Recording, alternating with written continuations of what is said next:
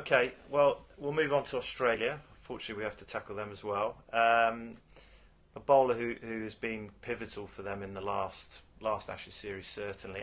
No, in fairness to him, the last two Ashes series, even though he was on the losing side in the one back in England. Ryan Harris, at David Cumming, has asked if Ryan Harris is fit, will Mitchell Johnson start the first Test?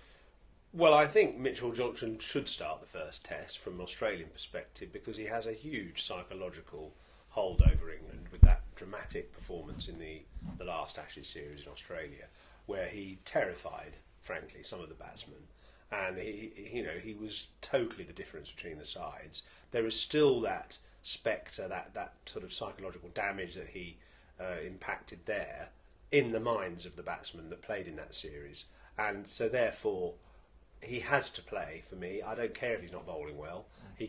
Clark uses him in small bursts anyway, and if he's not quite on radar, he can take a back seat and come back later. For a start, he'll be deadly potentially against the England tail, as he proved in that last series. Obviously, that means they have to choose then between Harris and Hazelwood. Well, I think Ryan Harris is someone who he's 35 years old. He hasn't played any matches, any cricket really since December. He may well be fully fit, but he won't have had much bowling. So I don't know. I think I'd keep him in reserve.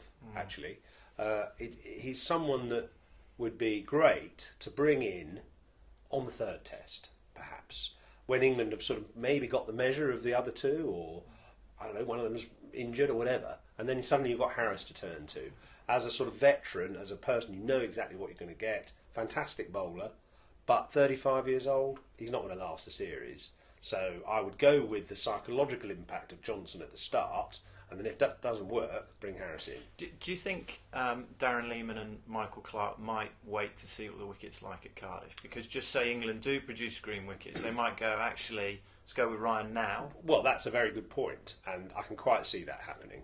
If it's green at Cardiff and it looks like a sort of seamless pitch, then Harris would be a good option, definitely. So they have to weigh up conditions. But I think if the pitch is flat, I'd definitely play Johnson. Yeah, it's a good problem to have. They've got good, and I think that Josh Hazlewood looks a good bowler in England. He does. He looks like a sort of automatic replacement for McGrath, and tall, hits the pitch, hits the seam, awkward, aggressive, good stamina.